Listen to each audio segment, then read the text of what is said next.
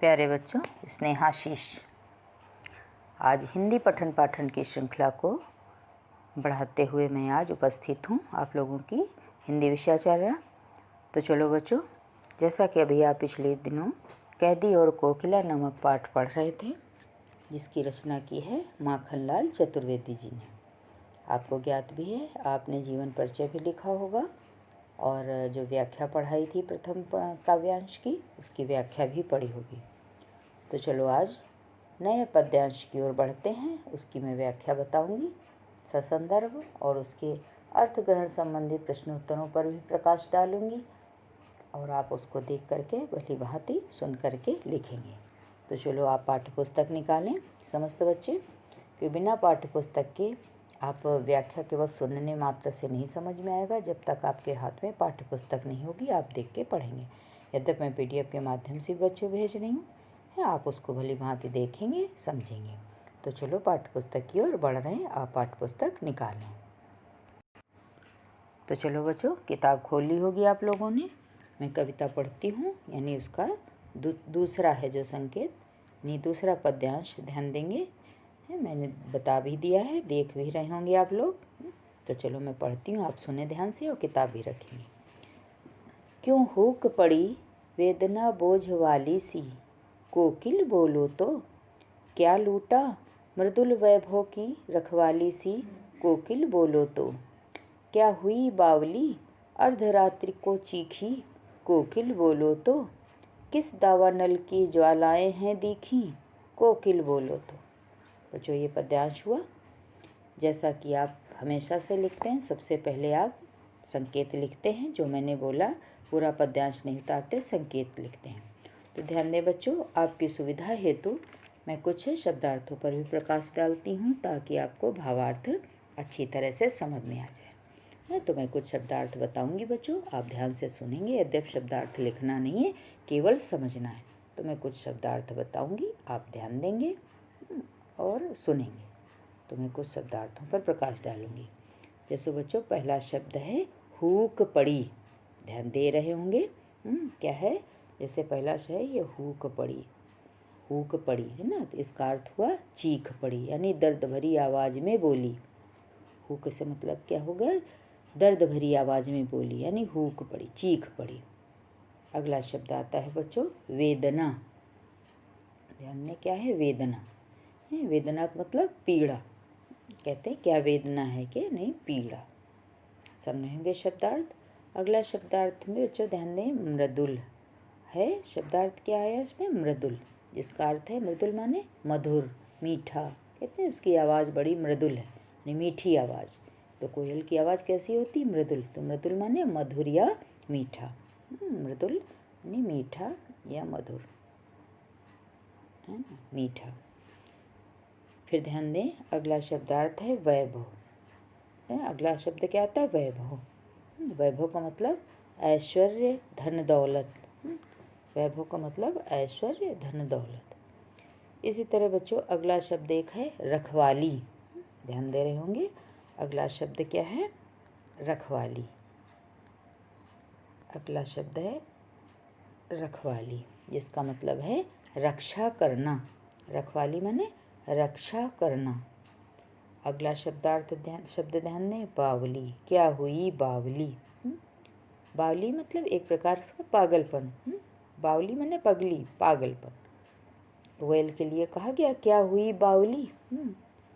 किसी बात के लिए कह दिया जाता है ना, क्या तुम बावले हो रहे हो ना, तो कोयल के लिए कहा गया क्या हुई बावली, यानी पागलपन। अगला बच्चे एक शब्द आता है दावानल।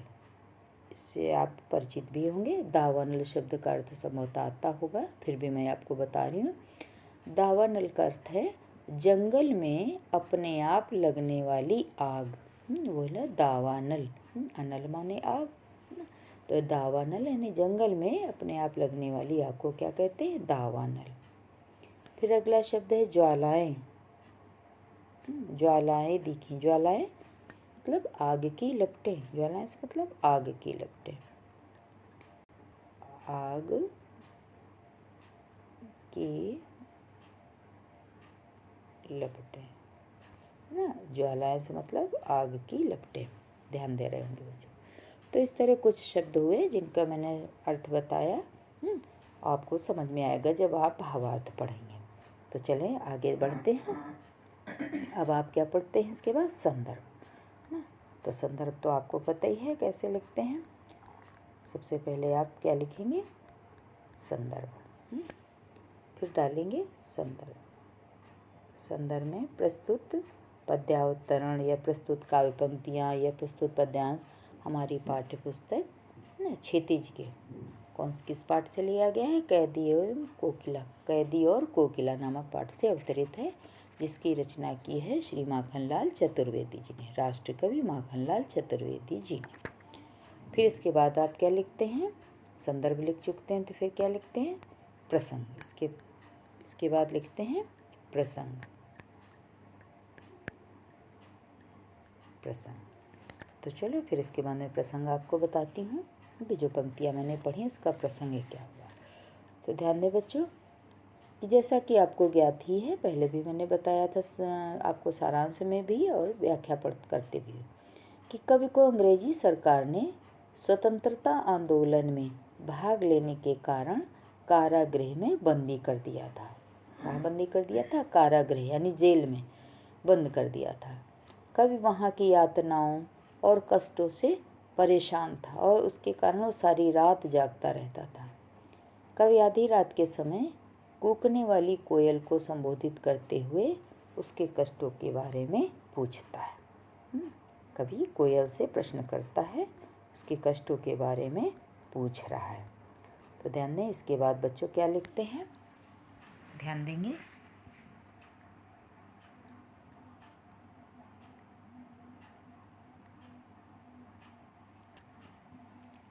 इसके बाद बच्चों आप लोग भावार्थ देखेंगे, है ना।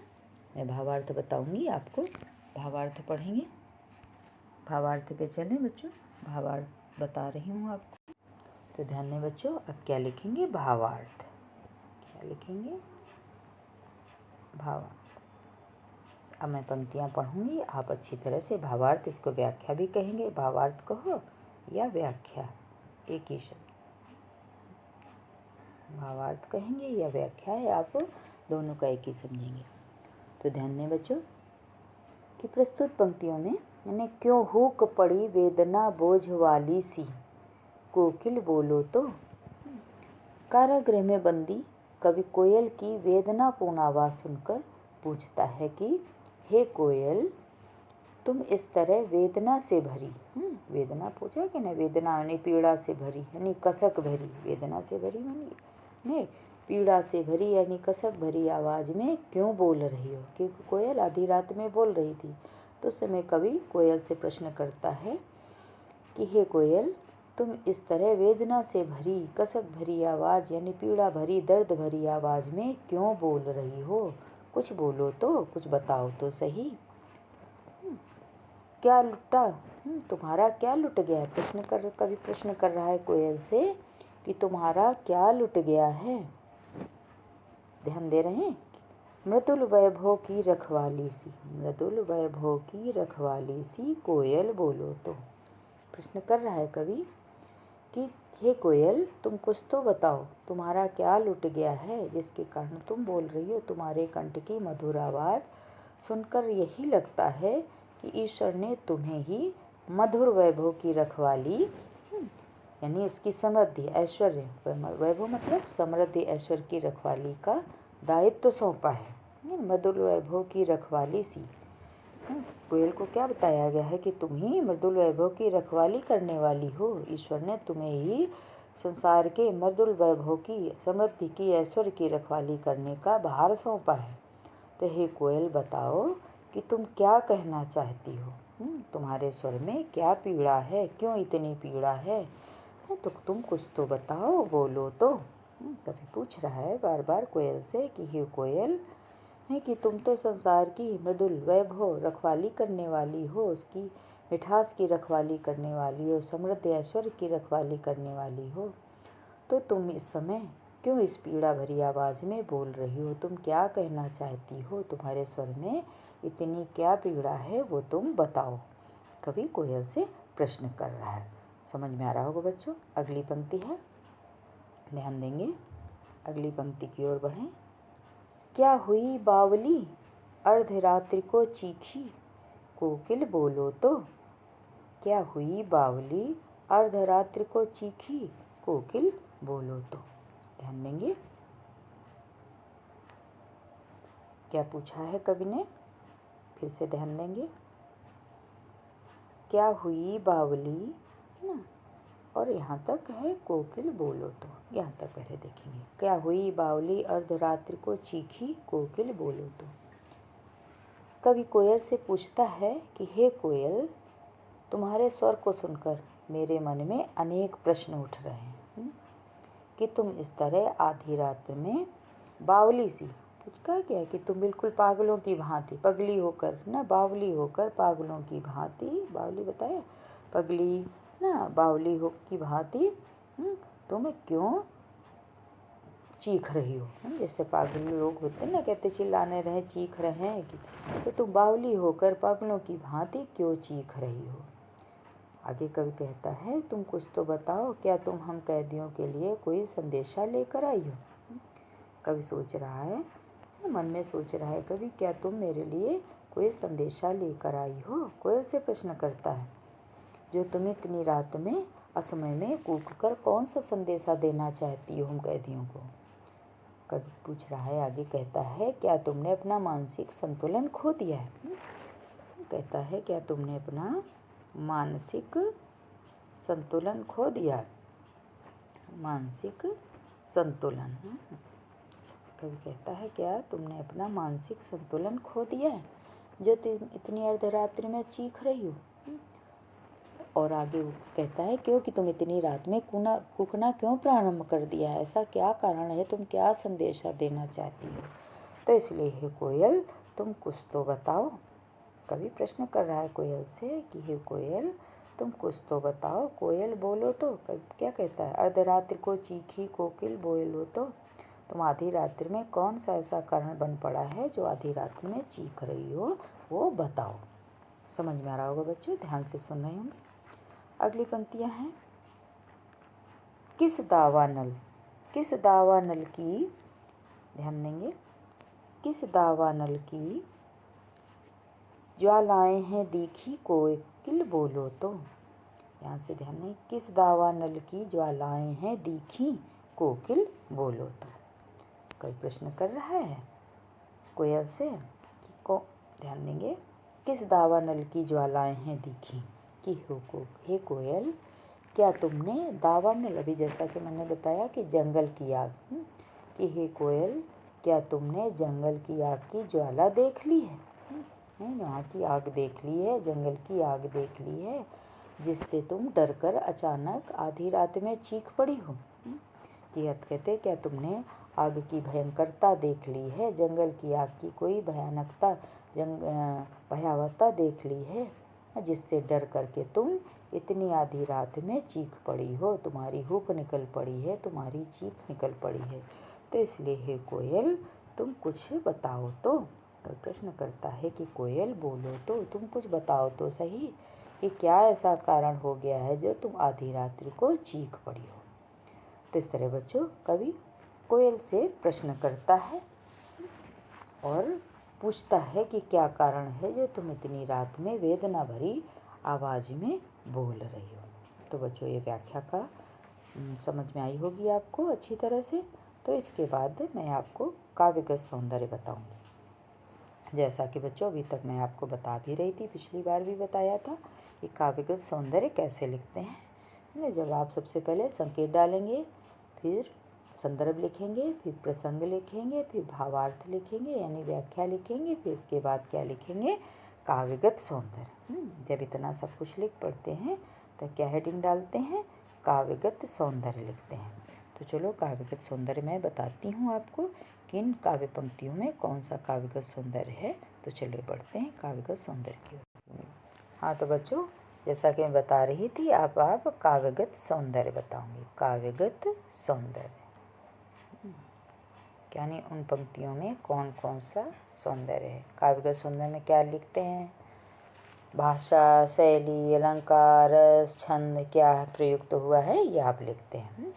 तो आपको सबसे पहले आप क्या लिखेंगे, भाषा, यानी कि इन पंक्तियों में कौन सी भाषा प्रयुक्त हुई है। बताइए आप लोगों को कौन सी भाषा, सरल सहज खड़ी बोली। भाषा क्या है, सरल सहज खड़ी बोली का प्रयोग किया गया है। देख रहे होंगे, सुन भी रहे होंगे, क्योंकि आपको सुनकर ही और देख कर के लिखना है। फिर लिखेंगे, हेडिंग डालेंगे शैली। ये आपकी हेडिंग हो गई पहले काव्यगत सौंदर्य वाली। ये आपकी हेडिंग हो गई काव्यगत सौंदर्य। इसमें सबसे पहले भाषा, फिर शैली लिखेंगे। शैली कौन सी शैली बच्चों, प्रश्नात्मक शैली। कौन सी शैली का प्रयोग किया गया है, प्रश्नात्मक। प्रश्नात्मक शैली का प्रयोग किया गया। कौन सी शैली, प्रश्नात्मक शैली। यानी इन पंक्तियों में कवि और कोयल के बीच में क्या प्रश्न नहीं चल रहा है, यानी प्रश्नात्मक शैली का प्रयोग किया गया है। समझ में आ रहा होगा बच्चों, ध्यान दें। हाँ तो बच्चों, कौन सी शैली का प्रयोग हुआ था, प्रश्नात्मक शैली का प्रयोग हुआ था। इसके बाद बच्चों हम लिखते हैं कौन क्या, अलंकार, है ना। प्रश्नात्मक शैली हो गया। इसके बाद आप शैली के बाद क्या लिखेंगे, शैली लिख लिया, इसके बाद आप लिखेंगे अलंकार। तो ध्यान दें, यानी इस पंक्तियों में कौन सा अलंकार प्रयोग हुआ है, अलंकार, यानी कौन सा अलंकार प्रयोग हुआ है। जो काव्य पंक्तियाँ मैंने पढ़ी ऊपर, जिनका भावार्थ आपने समझा, तो कौन सा अलंकार प्रयोग हुआ है। तो ध्यान दें बच्चों, एक शब्द आया है ना, तो इन पंक्तियों में सबसे पहले आया है उपमा अलंकार। कौन सा, उपमा अलंकार। उपमा अलंकार प्रयोग का हुआ है। तो ध्यान देंगे, उपमा अलंकार एक लाइन आई थी, वेदना बोझ वाली सी। उपमा अलंकार है, क्यों उपमा अलंकार है, ध्यान दें, वेदना बोझ वाली सी, वेदना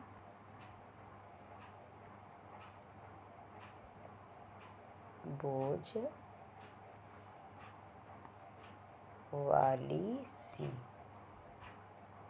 इन पंक्तियों में बच्चों ये सी शब्द जो आया है, यानी समानता का जो पर्याय होता है, सी, सदृश, सम, जैसा, समान, है ना। ये समानता का जो जिसमें प्रयोग होता है वो उपमा अलंकार होता है, यानी किसके उपमा दी जा रही।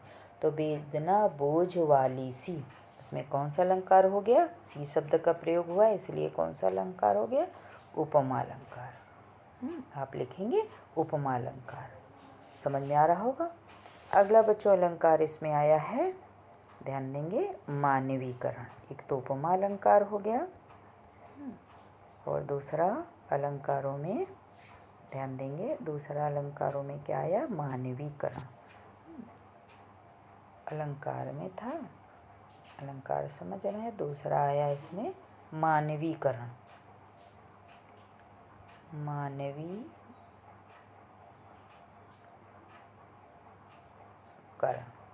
मानवीकरण अलंकार। जैसा कि बच्चों बताया, मानवीकरण माने प्रकृति की चीज़ों में, प्राकृतिक चीज़ों में मानव सत्ता को देखना मानवीकरण हुआ। तो यहाँ पर किसका मानवीकरण अलंकार है, क्यों मानवीकरण अलंकार है, क्योंकि यहाँ कोयल का मानवीकरण किया गया। किसका, कोयल का, कोयल का मानवीकरण किया गया है, इसलिए मानवीकरण अलंकार हो गया। समझ में आ रहा होगा बच्चों, अलंकार में मानवीकरण और उपमा अलंकार हो गया। फिर आप क्या लिखेंगे, अलंकार के बाद आप छंद, एक बिंदु आता छंद। अभी जैसा पिछली पंक्तियों ने पहला संकेत जो मैंने बताया था, उसमें भी बताया था कि छंद का कौन सा प्रयोग किया कवि ने इन पंक्तियों में, छंद, छंद है मुक्तक। कौन सा छंद है, मुक्तक। मुक्तक छंद का प्रयोग हुआ। समझ में आ रहा होगा। तो बच्चों इस तरह काव्यगत सौंदर्य आप लिखेंगे, भाषा, शैली, अलंकार, रस, छंद, जो भी प्रयोग हुआ है उसको हेडिंग डाल के आप लिखेंगे कॉपी पर। समझ में आ रहा होगा, अच्छी तरह से सुन भी रहे होंगे और आप कॉपी पर लिखेंगे। तो बच्चों इसके बाद हम लोग बढ़ेंगे आपका अर्थ ग्रहण संबंधी प्रश्नोत्तरों पर। हाँ तो बच्चों, अर्थग्रहण संबंधी प्रश्नोत्तर पर प्रकाश डालूंगी। तो चलो मैं दिखाती हूँ पीडीएफ के माध्यम से। आप अच्छी तरह से ध्यान से देखेंगे और सुनेंगे, समझेंगे, फिर लिखेंगे। तो देखें, प्रश्नोत्तरों पर प्रकाश डालती हूँ। तो ध्यान दें बच्चों, अर्थग्रहण संबंधी प्रश्नोत्तर आप देख रहे होंगे और सुनेंगे भी। तो बच्चों, अर्थग्रहण संबंधी यानी संकेत 2 में जो मैंने आपको कविता पढ़ाई, उसमें ना उसके अर्थ में संबंधित कौन से प्रश्न बनते हैं। बहुत सारे प्रश्न होंगे, मैंने कुछ प्रश्न बताए हैं आपको। ध्यान देंगे कि कवि ने कोयल की आवाज़ को हुक क्यों कहा है। कवि ने कोयल की आवाज़ को हुक क्यों कहा है। उत्तर भी ध्यान देंगे बच्चों कि कोयल की आवाज़ में दुख, पीड़ा और वेदना की अनुभूति थी, इसलिए कवि ने उसकी कूक को हुक कहा है। उसकी उन्हें कोयल की कूक को हुक कहा है। समझ में आ रहा होगा। फिर चलें अगले प्रश्न पर, यानी प्रश्न संख्या 2 पर। तो ध्यान दें, प्रश्न संख्या 2। कवि को कोयल की वाणी वेदनापूर्ण क्यों लग रही है। कवि को कोयल की वाणी वेदनापूर्ण क्यों लग रही है। तो उत्तर ध्यान देंगे बच्चों कि दिन के समय मधुर स्वर में कूकने वाली कोयल आधी रात में करुण क्रंदन कर रही है, यानी रो रही है, पुकार, ऐसा लग रहा है करुण क्रंदन पुकार रही है, करुणा भरी आवाज़ में चीख रही, चिल्ला रही है। तो कोयल जो मधुर स्वर बोलती है, कोयल का स्वर कैसा होता है, मीठा होता है, मृदु होता है। तो कोयल मधुर स्वर में कूकने वाली कोयल आधी रात में करुण स्वर में चीख रही है, चिल्ला रही, क्रंदन कर रही है, और इसलिए कवि को उसकी वाणी वेदनापूर्ण लग रही है। सुन रहे होंगे बच्चों। ये प्रश्न संख्या 2 का उत्तर हुआ। तो चलो प्रश्न संख्या 3 पर चलते हैं। तो चलो बच्चों, प्रश्न संख्या 3 है, मैं पढ़ती हूँ, आप ध्यान से सुनेंगे और उत्तर भी ध्यान देंगे। पहला प्रश्न है, कवि ने कोयल को बावली क्यों कहा है। कवि ने कोयल को बावली क्यों कहा है। तो उत्तर ध्यान देंगे। उत्तर है, ध्यान दें बच्चों, कि कोयल आधी रात के समय कूक रही है। क्योंकि कोयल आधी रात में चीखी थी, तो कोयल आधी रात के समय कूक रही है जब सारा संसार सोया है। उसकी आधी रात के समय कूकना, उसका जो आधी रात के समय कूकना कवि को कैसा लग रहा है, अस्वाभाविक लग रहा है। क्योंकि ये स्वाभाविक नहीं है कि रात में तो सब सोते हैं और कोयल कूक रही है, चीख रही है, तो उसको ये अस्वाभाविक लग रहा है। इसलिए कवि ने कोयल को बावली कहा है। समझ में आ रहा होगा। इसलिए कवि ने कोयल को क्या कहा है, बावली कहा है। अगला प्रश्न है बच्चों, ध्यान देंगे। अगले प्रश्न की ओर मैं बढ़ती हूँ। अगला प्रश्न है चौथा प्रश्न। चौथे प्रश्न पर मैं प्रकाश डाल लूँगी, आप अच्छी तरह से सुनेंगे। चौथा प्रश्न, मृदुल वैभव की रखवाली सी किसे कहा गया है और क्यों।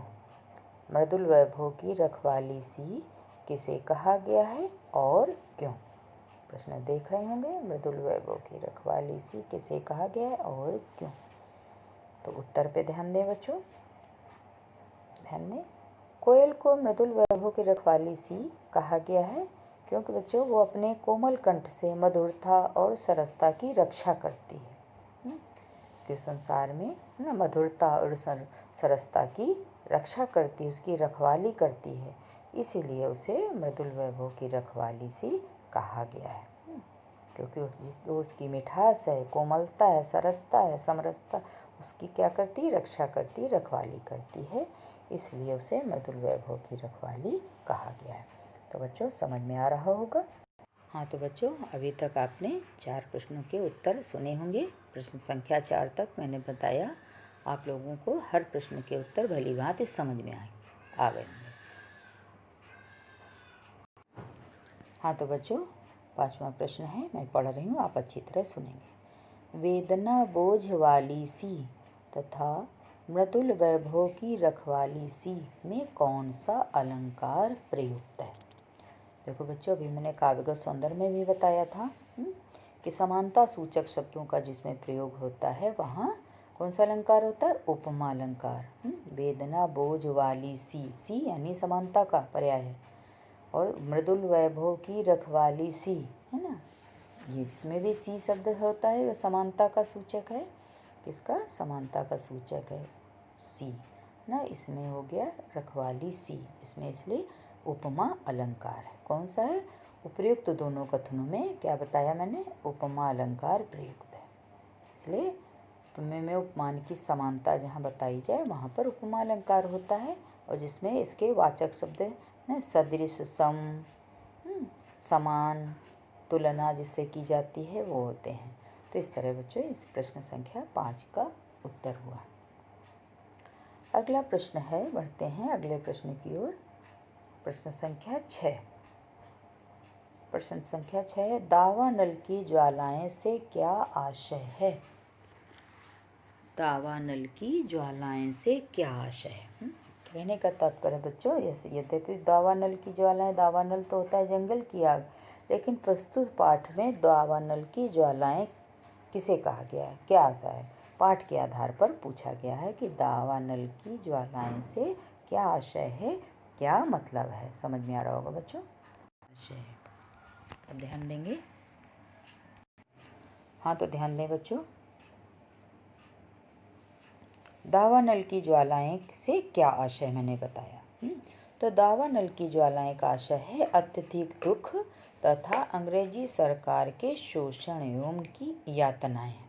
तो जैसा कि बच्चों दावानल की ज्वालाएं, दावानल का मतलब जंगल की आग से भी है, लेकिन यहाँ किससे पूछा गया है? यानी पाठ के आधार पर कि पाठ में दावानल की ज्वालाएं किसे कहा गया है। तो दावानल की ज्वालाएं का आशय अत्यधिक दुख तथा अंग्रेजी सरकार के शोषण की यातना है।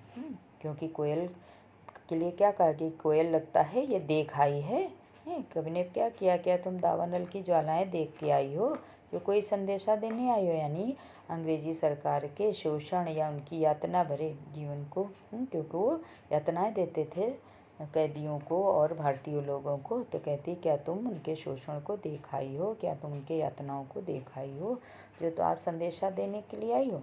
तो दावानल की ज्वालाएं से आशा है कि अत्यधिक दुख तथा अंग्रेजी सरकार के शोषण की यातनाओं से। तो बच्चों इस तरह आपके ये प्रश्न संख्या 6 संपूर्ण हुआ। आपको अच्छी तरह से समझ में भी आ गया होगा, और आप भली भांति कॉपी पर इनके उत्तर लिखेंगे। तो ध्यान देंगे बच्चों। तो देखो अभी तक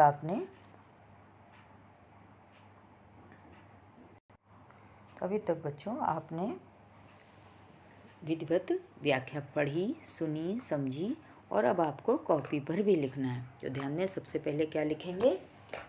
सबसे पहले आप संकेत डालेंगे, फिर संदर्भ लिखेंगे, फिर प्रसंग लिखेंगे, फिर भावार्थ यानी व्याख्या लिखेंगे, फिर इसके बाद जैसे मैंने बताया था काव्यगत सौंदर्य, हेडिंग डाल के बताया था काव्यगत सौंदर्य, फिर काव्यगत सौंदर्य लिखेंगे। काव्यगत सौंदर्य के अंतर्गत भी जो बिंदु बताए थे, भाषा, शैली, अलंकार, छंद, जो वो लिखेंगे, और फिर आप उसका ये आपका संपूर्ण होगा।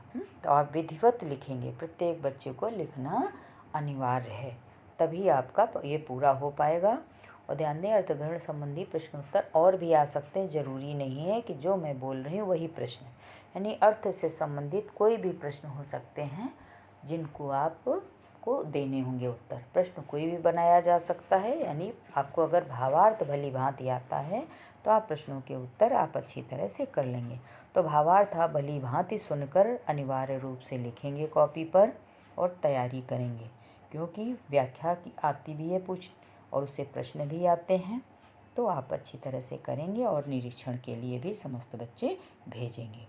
तो ठीक है बच्चों, आप इसको समझ रहे हैं ना हमारी बात? आप ध्यानपूर्वक सुन रहे होंगे और लिखेंगे भी कॉपी पर, क्योंकि कुछ बच्चे हैं जो निरीक्षण के लिए भेज भी रहे हैं कार्य, और कुछ बच्चे नहीं भेज रहे हैं। तो ध्यान दें, ये आपका गृह कार्य होगा जो आप कॉपी पर आपको लिखेंगे और सुनकर समझ करके ध्यान देंगे। कॉपी पर ज़रूर आप लिखेंगे। सुन रहे होंगे अच्छी तरह से, समझ में आ रहा है? तो आज मैं आपको इतना ही पढ़ाती हूँ। शेष अगला जो पद्यांश होगा वो मैं अगले दिन पढ़ाऊँगी। सुन रहे हैं? ठीक है बच्चों, मैं आज अब इतना यहीं से समाप्त करती हूँ। समझ में आ रहा होगा? ध्यान देंगे। और ध्यान देना बच्चों, एक बात और अनिवार्य रूप से कहनी है कि कुछ बच्चे ऐसे हैं जो कॉपी पर नहीं लिख रहे हैं या वो वीडियो नहीं देख रहे हैं। ये आवश्यक है कि आप वीडियो, क्योंकि जब तक आप वीडियो नहीं देखेंगे तब तक आप भावार्थ नहीं लिख सकते, कुछ आप समझ नहीं सकते। इसलिए वीडियो देखना आपके लिए अनिवार्य है। आप क्योंकि और वीडियो से क्या होगा, आप समझ भी सकेंगे अच्छी तरह से, देखेंगे भी, सुनेंगे भी और समझेंगे भी। समझ रहे हैं? इसलिए वीडियो को अनिवार्य रूप से देखें, फिर अपने शब्दों में आप उसको कॉपी पर लिखेंगे। तो ठीक है बच्चों, यहीं से समाप्त करती हूँ आज। ठीक।